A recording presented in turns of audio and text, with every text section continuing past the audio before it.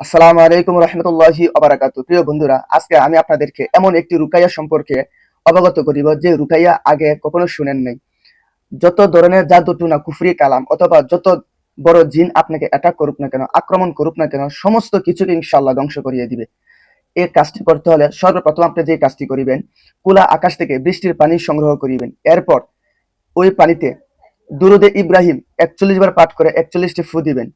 সূরা ইয়াসিন ৪১ বার পাঠ করে ৪১টি ফু দিবেন। পরিশেষে আবারও দুরুদে ইব্রাহিম ৪১ বার পাঠ করে ৪১টি ফু দিয়ে ওই পানিটা কোনো এক কলসে অথবা বড় কন্টেইনারে সংগ্রহ করে রাখুন। তারপর প্রত্যেকদিন গোসল করার পূর্বে এক পাতিল পানি নেবেন এবং সেখানে কিছু ওই উতার পানি মিশিবেন।